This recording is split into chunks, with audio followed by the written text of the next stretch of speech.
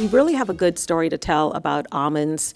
It's really exciting and sexy. I know lots of people do other nuts and snacking, but we're going to show you the sexy today about almonds. So my name is Charice Grace. I'm a part of the Trade Marketing and Stewardship team at the Almond Board of California, and we're really excited to have you here today as we talk about the subject of AI and how AI can be integrated in your new product development life cycle.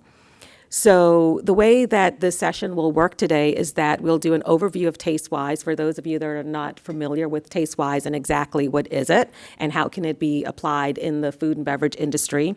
Then we'll do a 30-minute panel discussion with our panelists here. I'll have them introduce themselves shortly. After that, we're going to take, I don't know that we'll break, we'll just reposition and kind of go through, get set up for our product demonstration, which is going to be super exciting. So I hope you stay for that so that you can hear from our chef and see how he's using AI to integrate it in the product development cycle.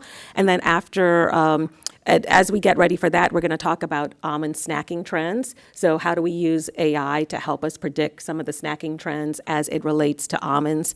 And then we'll end with the full demonstration and sampling of the products that were developed as a result of our AI technology. So as we get started, I will hand it over to my panelists to give an introduction. Hannah, let's start with you. Thanks, Charice. My name is Hannah. I am a Customer Success Manager at Tastewise. So Tastewise is an AI-powered food intelligence platform, and I am really excited to be here. I've come over from London, and I brought the weather with me. I'm so sorry, but I'm excited to be here. I'm really passionate about food, data, and AI, and it's great to be working with a really forward-thinking organization like the Almond Board of California. Thank you. And I'm Chef Henry Hill of Hill's Research Kitchen, a product development consultant. And I'm Emily Fleischmann. I lead the global market development team at the Almond Board. We're a nonprofit that supports the California almond industry with demand building activities as well as research both on nutrition and production. And Emily, at the Almond Board, do we sell anything? Do we make anything? We do not, but I have a lot of vendors who reach out asking me if they can help me with my packaging. So let's, before we start the actual panel discussion, let's hear from Hannah and understand what is Tastewise and how exactly are we using AI, or are you using AI with Tastewise? So I'll hand it over to you. Thanks, Charice. Yeah. So Tastewise was really born out of a passion for understanding consumers, what they're eating, what their needs are, be that in restaurants or food space, and as well as that in their kitchens and homes. So over the past year, the world has seen an influx in AI technology and people just talking about AI.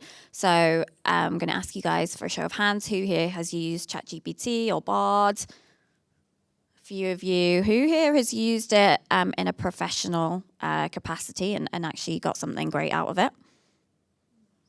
Slightly less hands. So we're really at that point where people are excited about AI, but they're not sure how to integrate it into their lives. What I would definitely not recommend is asking it to write you any jokes about almonds, because I tried doing that and it was terrible. But yes, so at the same time as this kind of growth in AI technology and people really trying to understand how it can help them in their professional lives, we also have more than ever access to huge amounts of consumer data. Consumers are sharing with us every single day the food choices that they're making, and as well as that, why they're making those food choices. So it's a really great opportunity, but this is a huge amount of data, and anybody who's worked with data will know that, working with big data, working with unstructured data, it presents challenges. So Tastewise's AI technology is there to kind of do that heavy lifting for you, take all that consumer data and really bring you a picture of the food and beverage world and consumer needs in a few clicks. So Tastewise is an end-to-end platform for the food industry. It uses generative AI and food-specific data. So that food-specific data is social media data, where people are telling us all the time what they're eating and why they've chosen that. Menu data as well. And as well as that, home recipes. So we're bringing together these 3 different sources, and that's what powers our generative AI suite. Our solutions incorporate food-specific algorithms as well. So we at Tastewise, we only do food and beverage insights. So we are obsessed with food, like I'm sure that you guys all are. So I want to talk to you about trends, because trends is what we are here to speak about today.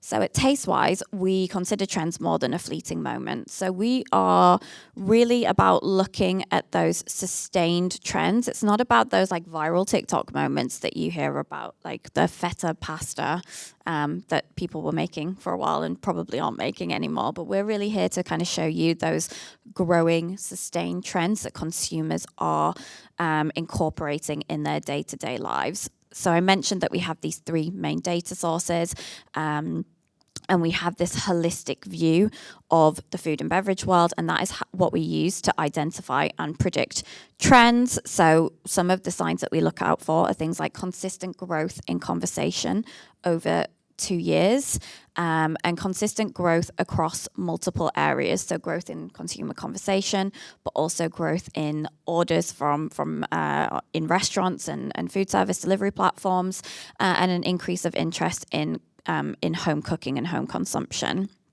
So what we have here on the slide is a glimpse of Tastewise's 2024 food trends.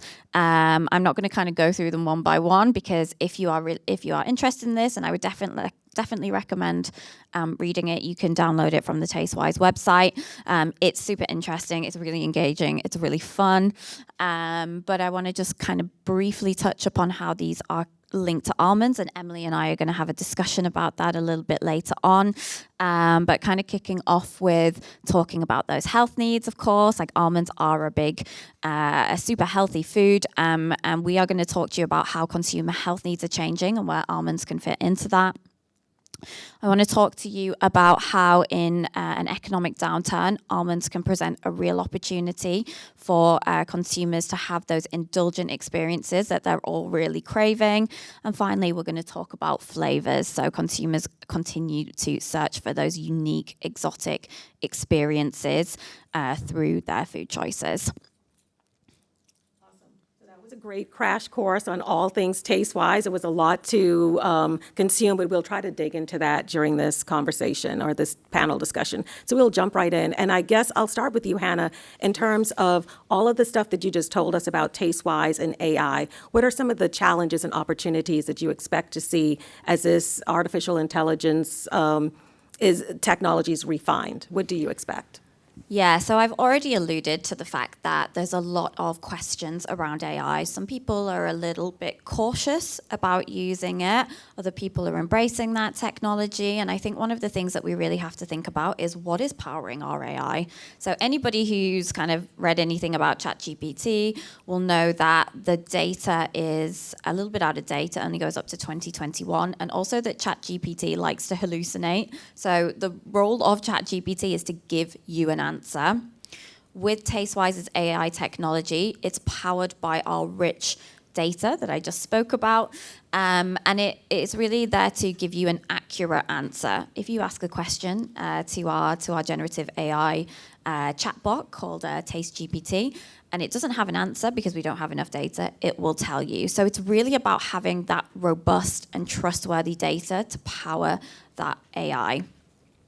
As well as that, I think there are so many opportunities here. Like there are so many opportunities for AI to really be doing that heavy lifting. And I've kind of mentioned that there is a little bit of fear around it.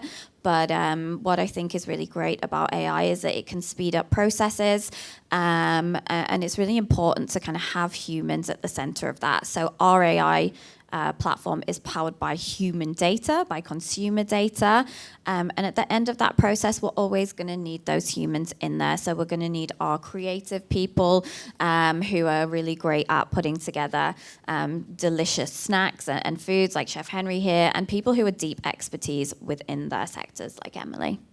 Thank you. So let's dig into that a little bit with Chef Henry, especially in terms of the human element. So from your experience in the culinary world as a chef, working and consulting on R&D projects, how do you see that human creativity collaborating to help you be effective in generating products using AI? So research is a really big part of what we do, Charice, and Tastewise and AI is able to speed up that process a lot. So we can leverage all the data points that we get through working with those kinds of programs, and then be able to be the conduit between that data and the consumer story that the brand conveys.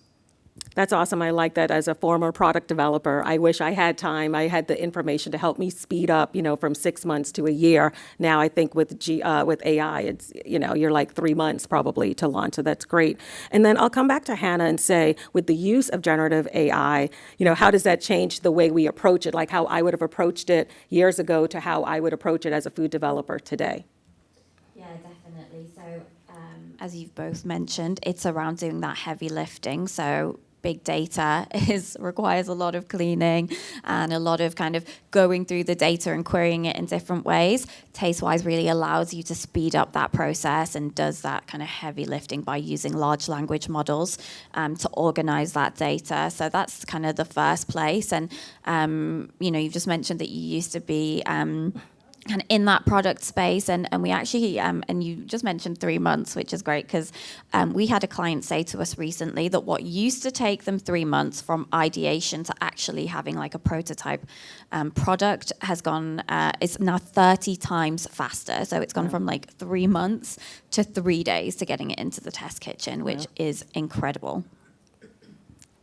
I love that. So I guess, Chef Henry, in terms of all these inputs and this platform like Tastewise that takes food service, social media, all these trends, how do you use this as you approach your product development life cycle? How does this change everything, not just the time, but the way that you approach the product development cycle? We still need to capture this data and be able to create a story as the conduit to the consumer.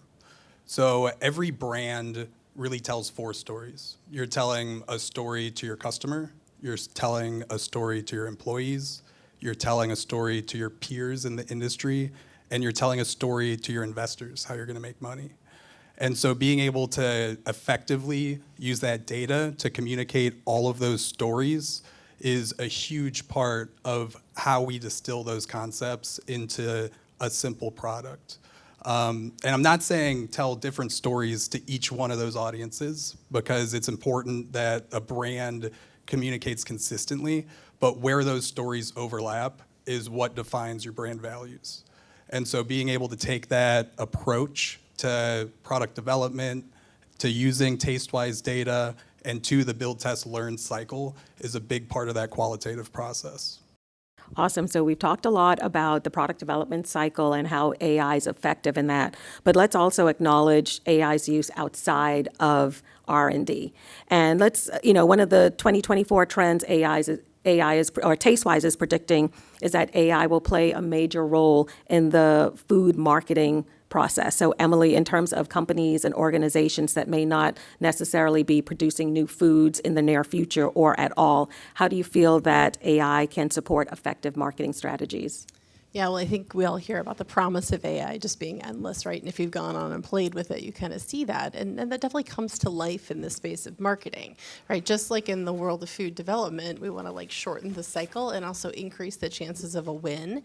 Well, having better data to help you get there is going to be part of that. And so being able to, mine into all of the data that's related, what they post online about food, what's happening in terms of their response to recipes and other content, and using the Tastewise tools to see that really aids in being able to start at a better place. So we at the Almond Board are working with Tastewise in a couple different ways. So one is just to come up with some new ideas to leverage as we make news about almonds and how almonds can be used in innovation and new food products. And then secondly, taking that a step further, we have this really exciting contest the team is working on in early next year. It's a student contest, and we'll be using Tastewise data as the starting point to inspire them, and then have the students go create new innovation with almonds, leveraging that starting point. And any additional industry trends you think will be key for almonds in 2024? You know, I think the space of plant-based snacking is not stopping, Charice. And it's evolving, though, right? So we hear a lot about, you know, maybe some pushback and what's been in the marketplace related to plant-based. And I think Whole Foods recently says we need to put the plant back in plant-based, and I think that's true. Consumers are looking for more natural ingredients, and so we're seeing a lot of that come to life. And that pushback against ultra-processed, I think, is going to result in some really, really special innovation. And then within the side of snacking, within plant-based, you know, snacking isn't stopping. We have fundamentally changed the way we eat across the globe. The Almond Board has marketing programs across the globe. We produce 80% of the world's almonds here in California, so naturally we export quite a lot of them. And so we go across the globe, and I remember our committee members that we report into talking about how you'll never get French people to snack. That's not going to happen. And, you know, 5-6 years later, you know, they're snacking. And this, within that, the space of plant-based really appeals, especially to the vegan, vegetarian, you know, consumer, but then that broader flexitarian too. Yeah, so I think plant-based is here to stay. And yeah. Any studies or anything that we have from the Almond Board that could just propel that in any way? Yeah, well, I think there's research on both sides. So, you know, externally, you know, from a snacking standpoint, IFIC recently did a study that showed, you know, 7 in 10 consumers are snacking, and most of them are under 50. So I turn 50 next year, so I guess I have to stop snacking. But you know, that, and then there was a dairy study that McKinsey did that just talked about the desire for the products to be a little more sustainable and a little more environmentally friendly, especially in the plant-based segment, which isn't really surprising. We kind of already know that. But almonds have a really nice story there, and so excited to see that story be brought to life a little more. The LCA that we had done by UC Davis actually showed that we have a really pretty low carbon footprint overall when compared to similar foods. Awesome, and also some insights that talk about the growth year over year in terms of snacking. I think snacking saw like a 10% growth. Yeah. Awesome.